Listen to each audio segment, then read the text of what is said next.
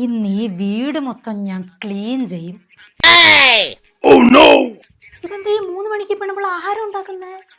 ഈ സമയത്ത് നീ ഇവിടെ എന്തോ ചെയ്യുവാ? അത്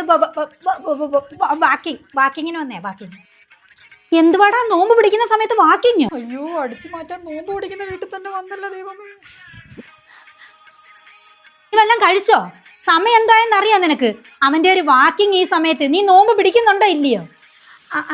അതാ നോമ്പ് പിടിച്ചിട്ട് പോവാന്ന് വിചാരിച്ച് വന്നതാ.